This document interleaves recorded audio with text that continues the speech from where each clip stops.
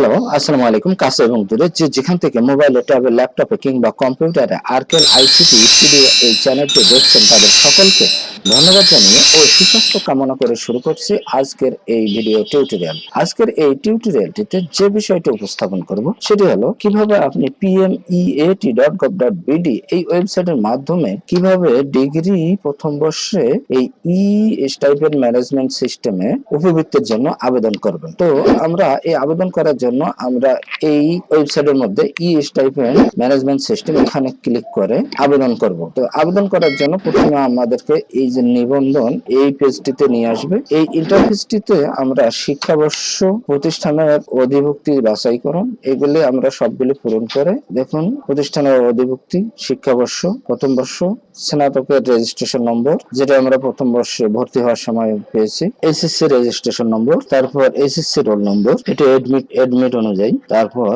এবারে মোবাইল নম্বর যেটি প্রার্থী নিজে ব্যবহার করে এবং সেটি সচল হতে হবে। মোবাইল নম্বরটি দিলাম, দেওয়ার পর I am not a robot এখানে আমরা ক্লিক করব। ধরুন ক্লিক করার সাথে সাথে দেখুন বাইসাইকেল দিয়ে দিয়েছে। আমরা বাইসাইকেলটি যেখানে যেখানে রয়েছে এই ঘরগুলিকে ক্লিক করে ভেরিফাই করব। ক্লিক করলাম ভেরিফাই, এটি সঠিক হয়নি দিয়েছে।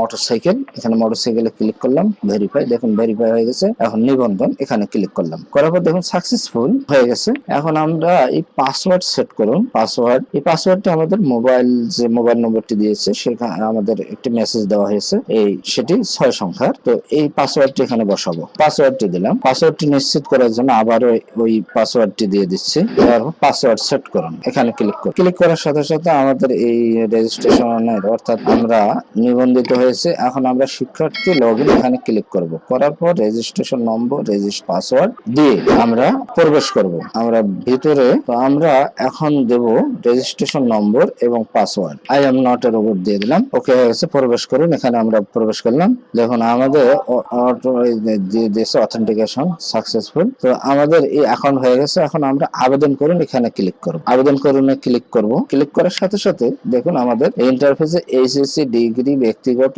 অভিভাবক ছবি এখানে দেওয়া রয়েছে। আমরা প্রথমে এসএসসি পূরণ করব। তো এসএসসি এখানে প্রতিষ্ঠানের নাম, রেজিস্ট্রেশন নম্বর, রোল নম্বর এগুলো তো এবং বোর্ডের নাম, এখানে প্রতিষ্ঠানের নাম দেব। এখানে প্রতিষ্ঠানের নাম দিয়ে দিলাম।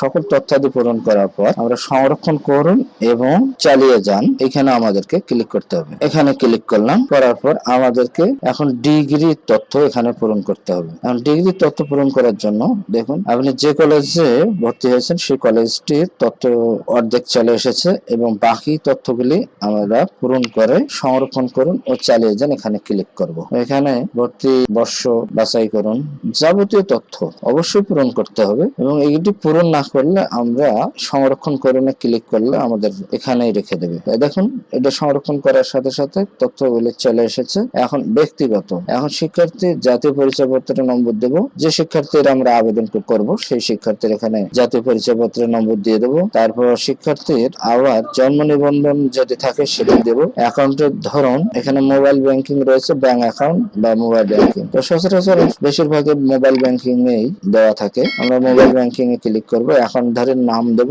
অ্যাকাউন্টধারী জাতীয় পরিচয়পত্রের নম্বর দেব। এখানে যেহেতু নিজস্ব অ্যাকাউন্ট না থাকে তাহলে পিতা বা মাতার এনআইডি কার্ডের প্রেক্ষিতে যে অ্যাকাউন্ট খোলা হয়েছে তাদের এই জাতীয় পরিচয়পত্রের নম্বর দেব। তো এখানে জাতীয় পরিচয়পত্রের নম্বরটি দিচ্ছি। তারপর জন্ম নিবন্ধন নম্বর এখানে দিয়ে দেবো। দেওয়ার পর অ্যাকাউন্টের ধরন মোবাইল ব্যাংকিং এ ক্লিক করলাম। অ্যাকাউন্টধারীর নাম যার নামে অ্যাকাউন্টে রয়েছে, তার আবেদনকারী নিজে হয় তার এনআইডি নম্বরটি এখানে দিয়ে দিতে হবে। এখানে দিয়ে দেবো। কপি করে আমি মোবাইল ব্যাংকিং যে নম্বরটি দিয়ে আমরা আবেদন করেছি যদি সেই নম্বরটি হয় আমরা সেটি দিয়ে দিলাম। এখন মোবাইল ব্যাংকিং নম্বরটি দিয়ে দিলাম। এখন নগদ না বিকাশ, নগদ দিয়ে দিলাম। এখন বিবাহিত না অবিবাহিত, এখন নাম ঠিকানা গুলি আমরা জন্ম তারিখ এটি রয়েছে, ঠিকানা দেব, পোস্ট কোড সব দিলাম। এগুলি পূরণ করার পর এখন এখানে এই কয়েকটি অপশনের মধ্যে যদি কোনোটি থাকে তাহলে এখানে চেক মার্ক দেব। দেওয়ার পর আমরা সংরক্ষণ করুন ও চালিয়ে যান এখানে ক্লিক করব। যেহেতু এইগুলোর একটু নয় ততগুলো আবার একটু ভালো করে দেখে তারপরে আমরা আমরা সংরক্ষণ করুন ও চালিয়ে যান, এখানে ক্লিক। দেখুন মোবাইল নম্বরটি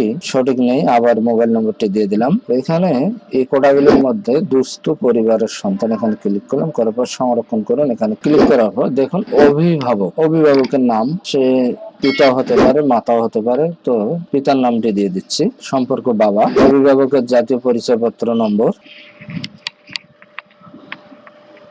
দিয়ে দিলাম।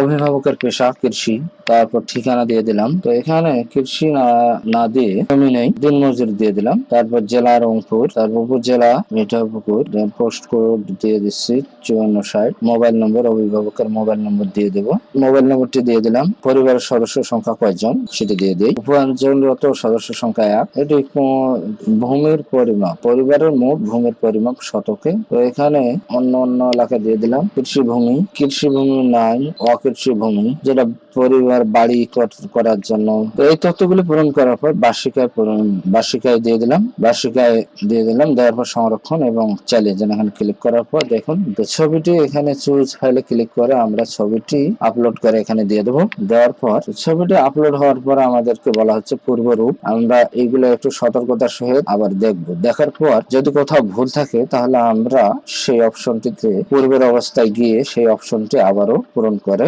সঠিক করে নেব। তো দেখুন জন্ম তারিখটি দেওয়া হয়নি, এখন আবার পরবর্তীতে গেলাম জন্ম তারিখ, এখানে জন্ম তারিখ, এই জন্ম তারিখটি এখানে আমরা পূরণ করে দেব। দেওয়ার পর সংরক্ষণ ও চালিয়ে যান, এখানে ক্লিক করলাম। করার পর এটা আমাদের সম্পূর্ণ সঠিক রয়েছে। আমরা পরবর্তীতে আবার চলে যাব। যাওয়ার পর ছবিটি চলে গেলাম, তারপর সাবমিটে ক্লিক করব। তো এই সকল তথ্যাদি এক নজরে দেখার পর আমরা আবেদনটি সাবমিট করব। উপবৃত্তির জন্য আবেদন জমা করুন করা হয়েছে নিশ্চিতকরণের, আমরা হ্যাঁতে ক্লিক করবো। আর যদি ভুল থাকে বা অন্য কিছু, নাতে ক্লিক করবো। তো হ্যাঁতে ক্লিক করলাম, করার সাথে সাথে দেখুন আবেদনটি সাকসেসফুল হয়েছে। এখান থেকে আমরা হোম পেজে চলে যাব। তো এখান থেকে এইখানে আমরা ক্লিক করব কপিটি। তো এই ছিল আজকে টিউটোরিয়ালের মূল বিষয়। যদি টিউটোরিয়ালটি ভালো লাগে তাহলে লাইক, কমেন্ট এবং শেয়ার করবেন, আর সাবস্ক্রাইব করতে ভুলবেন না।